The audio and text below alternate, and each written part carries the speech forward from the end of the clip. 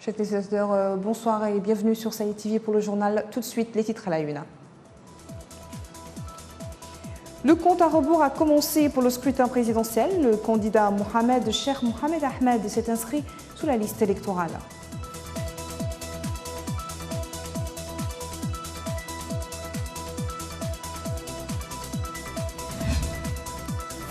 Un forum national des jeunes s'est ouvert aujourd'hui à Nouakchott.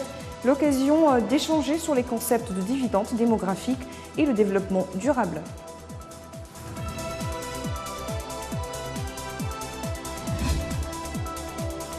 Au Bénin, la police a fait usage de grenades lacrymogènes pour disperser des sympathisants de l'ex-président Yayi Boni. Bilan, un mort et plusieurs blessés.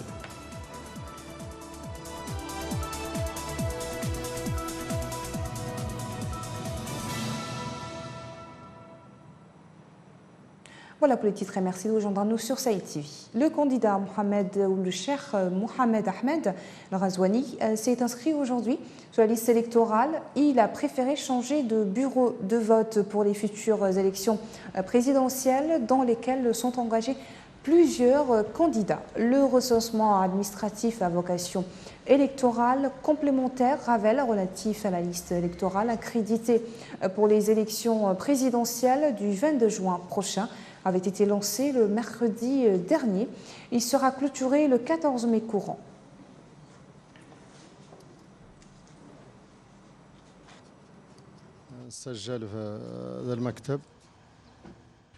Je suis venu m'inscrire à ce bureau, cela me convient car j'ai changé de domicile.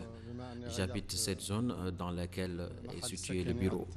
À cette occasion, je voudrais féliciter la Commission électorale nationale indépendante pour le travail qu'elle accomplit grâce à ses équipes.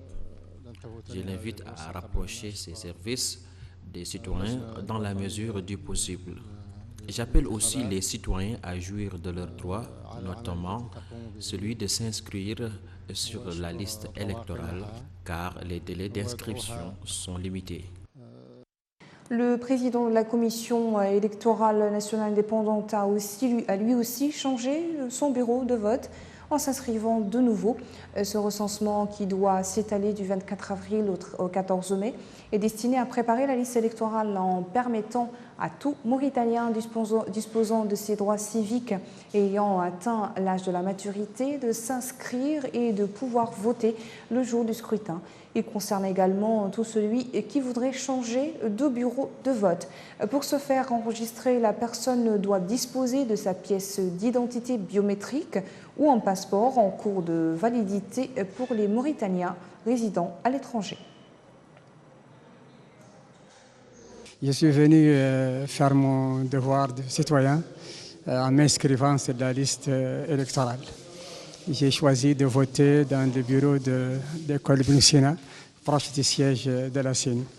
J'ai saisi cette occasion pour lancer un appel à tous les Mauritaniens en âge de voter, de s'inscrire au bureau de leur choix, en insistant sur le fait que le fichier électoral mauritanien est l'un des meilleurs dans la région, de l'avis de tous les auditeurs qui ont pu nous visiter, aussi bien de l'intérieur que de l'extérieur.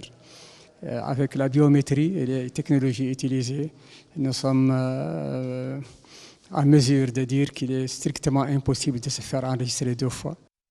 Le ministère de la Jeunesse et des Sports, en collaboration avec le projet SWED et l'UNFPA, a organisé aujourd'hui à Nouakchott le Forum national des jeunes. Cette rencontre de 2 jours a vu la participation de plus de 150 jeunes Mauritaniens venant des 15 wilayas du pays. Des jeunes filles et hommes vont échanger sur les concepts de dividendes démographiques et le développement durable. Hamaoula Jagana. Plus de 150 jeunes Mauritaniens venant de toutes les wilayas du pays ont été conviés au Palais des Congrès de Nouakchott autour du thème « L'engagement pour la capture du dividende démographique et le développement durable ». L'objectif, sensibiliser les jeunes sur les concepts de dividendes démographiques. Ce forum est une opportunité pour la jeunesse mauritanienne de se positionner sur la question du dividende démographique, la santé des jeunes, l'éducation des jeunes, l'entrepreneuriat, et que les jeunes puissent comprendre aussi leur participation, leur droit à exister, à travailler pour élever le défi de ce pays. Car ce forum est l'ensemble des rencontres des jeunes venant de 15 wilayas du pays et d'échanges, de partage, de compréhension sur la question de thématique, le dividende démographique. Le chômage des jeunes, les violences basées sur le genre ou encore la mortalité maternelle qui demeure élevée dans notre pays ont été au cœur des débats durant cette rencontre. Malgré les efforts consentis, 13 femmes mauritaniennes, principalement des jeunes, décèdent en donnant la vie à un enfant chaque semaine. L'accès aux services de planification familiale reste limité et les besoins sont loin d'être couverts. 33,6%, soit un tiers des femmes de 15 à 49 ans actuellement mariées et souhaitant bénéficier d'une méthode de contraception n'y ont pas encore accès. Les niveaux élevés de violence basés sur le genre requièrent une attention particulière de tous les acteurs. Les jeunes filles et les femmes de Mauritanie font face à des violences basées sur le genre de différents types. La ministre de la Jeunesse et des Sports qui présidait ce forum a manifesté son engagement envers la jeunesse qui constitue la frange la plus importante dans notre pays. Elle a rappelé les différents chantiers engagés par le gouvernement envers les jeunes dans plusieurs secteurs. S'inscrivant pleinement dans la dynamique enclenchée par la communauté internationale depuis 1994, le gouvernement mauritanien a ouvert plusieurs chantiers visant à promouvoir la santé, l'éducation, l'emploi et la participation active et positive des jeunes. Cependant, je demeure convaincue que beaucoup d'efforts restent à faire dans ce vaste chantier. C'est pourquoi j'attache un intérêt tout particulier aux résultats qui sortiront de ce forum pour avoir des orientations claires et une feuille de route contenant des actions concrètes, réalistes et réalisables, mais aussi conformes à la vision du gouvernement et au contexte socio-culturel de la Mauritanie. Ce forum national des jeunes rentre dans le cadre de la célébration du 25e anniversaire de la conférence internationale sur la population et le développement. Le ministère de l'économie et des finances de Mauritanie organise, avec le soutien de la Commission économique pour l'Afrique, CEA, et du Programme des Nations Unies pour le développement, PNUD, l'atelier national de concertation et de validation du rapport de la revue nationale volontaire sur les ODD du 2 au 3 mai 2019 à Nouakchott. Cette rencontre a pour but d'enrichir et de valider le rapport national volontaire de la Mauritanie qui sera présenté au forum politique de haut niveau FPHN plutôt, sur le développement durable en juillet 2019. Des dizaines d'enseignants affiliés à la Confédération générale des travailleurs de Mauritanie, CGTM, et au syndicat national des enseignants du secondaire ont organisé aujourd'hui un sit-in devant le ministère de tutelle. Ces professionnels de l'éducation demandent la valorisation du secteur et l'amélioration de leur statut. Depuis des semaines, les enseignants du secondaire occupent les locaux de leur ministère pour réclamer des droits qu'ils revendiquent sans cesse. L'administrateur directeur général de la Société nationale industrielle et minière, SNIM, Hassena Ould Eli, a déclaré que la société est dans l'impossibilité actuellement d'octroyer des indemnités aux travailleurs, à l'exception de certaines gratifications à des travailleurs de bas revenus. Lors d'une rencontre avec certains travailleurs de la société jeudi à Nouadhibou, Ould Eli a demandé à ses interlocuteurs de se choisir de nouveaux délégués responsables, accusant les délégués actuels de comportements irresponsables et d'être fortement endettés auprès de la société. Certains travailleurs ont demandé à l'AGD de la société de retirer ces déclarations à propos des délégués du personnel, considérant que ce sont ceux-ci qui les représentent dans les négociations avec la SNIM. Les travailleurs de la société ont observé mercredi une grève de 24 heures dans le cadre de l'escalade décidée pour obtenir la satisfaction de leurs doléances. Le sommet extraordinaire du G5 Sahel s'est achevé aujourd'hui à Ouagadougou en présence des 5 chefs d'État de l'organisation régionale et de l'invité de la rencontre, la chancelière allemande Angela Merkel. Le sommet a discuté des questions de sécurité, de développement et de partenariat avec l'Allemagne, en particulier et avec l'Europe en général. Angela Merkel a promis 100 millions d'euros pour aider le G5 Sahel et le Burkina Faso, désormais dans la ligne de mire des djihadistes. C'est Sidibé. En visite à Ouagadougou, la chancelière allemande Angela Merkel était en réunion avec les chefs d'État du G5 Sahel. L'Allemagne s'engage à soutenir les États du G5 Sahel dans la lutte contre le terrorisme. Elle promet plus de 100 millions d'euros, dont 46 millions pour le Burkina Faso et 60 pour le G5 Sahel pour former et équiper les hommes. Mais le débat le plus embarrassant était la question de la Libye. Pour les pays de la région, l'Europe doit résoudre le problème qu'il a créé et qui impacte la sécurité des autres pays. Pour Roch-Marc Christian Kaboré, président en exercice du G5 Sahel, les pays du G5 souffrent de la crise libyenne, un espace de non-droit où circulent drogue, armes et autres trafics illicites. Angela Merkel reconnaît qu'il y a des lacunes à corriger et a demandé au président en exercice du G5 Sahel d'en faire sa priorité. La force conjointe du G5 Sahel est limitée par des problèmes de financement. Les promesses tardent à s'exécuter. Les chefs d'État du Mali, de la Mauritanie, du Niger, du Tchad et du Burkina Faso demandent à Angela Merkel de plaider pour le G5 Sahel aussi bien en Europe que dans les institutions internationales. Une immense foule de Soudanais réunis jeudi devant le QG de l'armée à Khartoum pour une marche d'1 million de personnes afin de maintenir la pression sur les militaires à qui le mouvement de contestation réclame un transfert du pouvoir aux civils.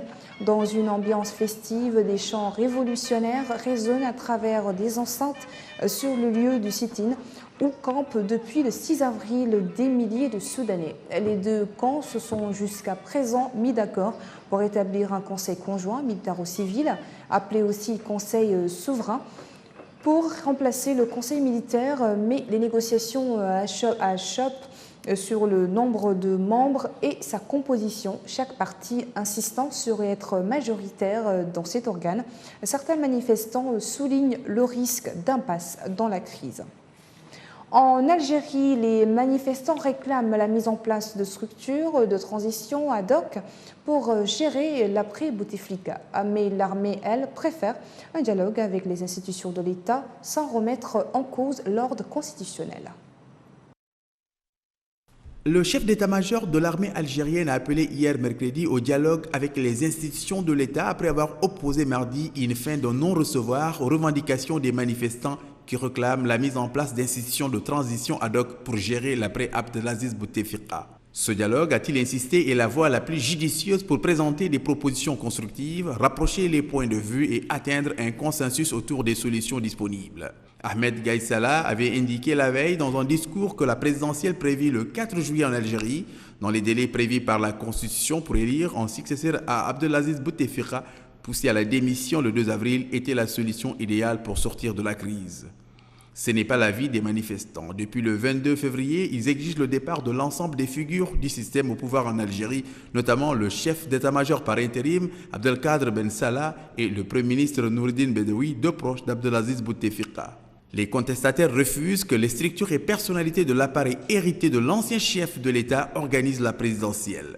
Ces 20 années au pouvoir ayant été marquées, selon eux, par des fraudes électorales.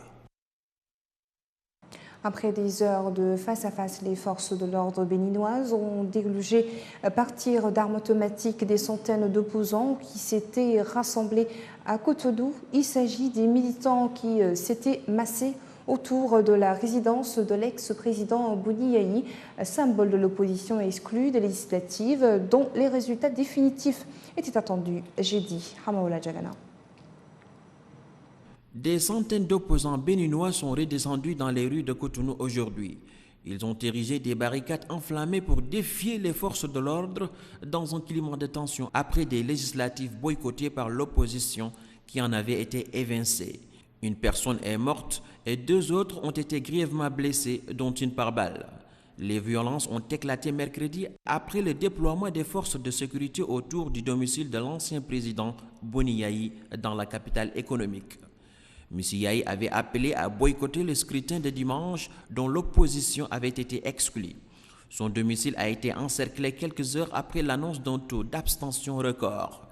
Craignant qu'il ne soit arrêté, ses partisans ont depuis hier dressé des barricades sur tous les points d'accès autour de son domicile. Tout au long de la matinée, des centaines de personnes, notamment des chauffeurs de taxi-moto, se sont rassemblés pour faire front devant l'armée déployée dans la ville et qui a lancé des tirs de sommation à plusieurs reprises pour tenter de dissiper la foule. Ainsi prend fin ce journal. Merci de votre attention. Le rappel des titres. Le compte à rebours a commencé pour le scrutin présidentiel. Le candidat Cheikh Mohamed Ahmed s'est inscrit sur la liste électorale.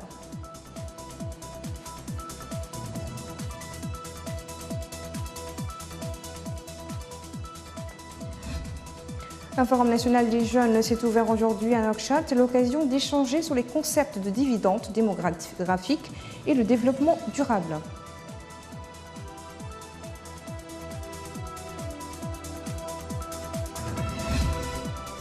L'actualité internationale au Bénin, la police a fait usage de grenades lacrymogènes pour disperser des sympathisants de l'ex-président Yahi Boni. Bilan, un mort et plusieurs blessés.